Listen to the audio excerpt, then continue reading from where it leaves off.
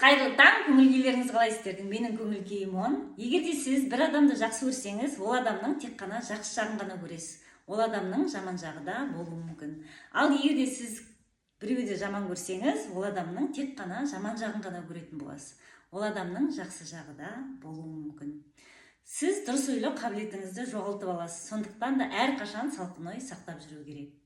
Егер де сізге біреу іс-әрекет жасап, жақсы іс-әрекеттер жасап, жақсы сөз сөйлеп тұрса, сіз ол адамды жақсы көріп қаласыз. Ал ертесіне сол адам жаман қылықтар танытып тұрса, сіз ол адамды жаман көріп кетесіз.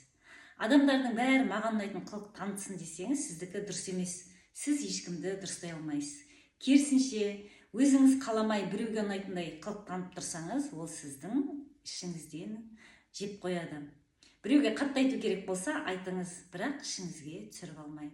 Егер де сіз жан-жағыңызға, адамдарға мейірімділікпен қарап, махаббатпен қарап, нұр шашып жүрсеңіз, барлық істердің, мәселелердің бәрі өзінен өзі бола беретін болады.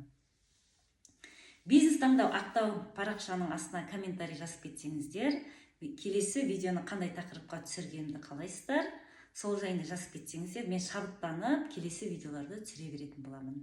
Мен сіздерді жақсы көремін. Келесі видеода кездескенше.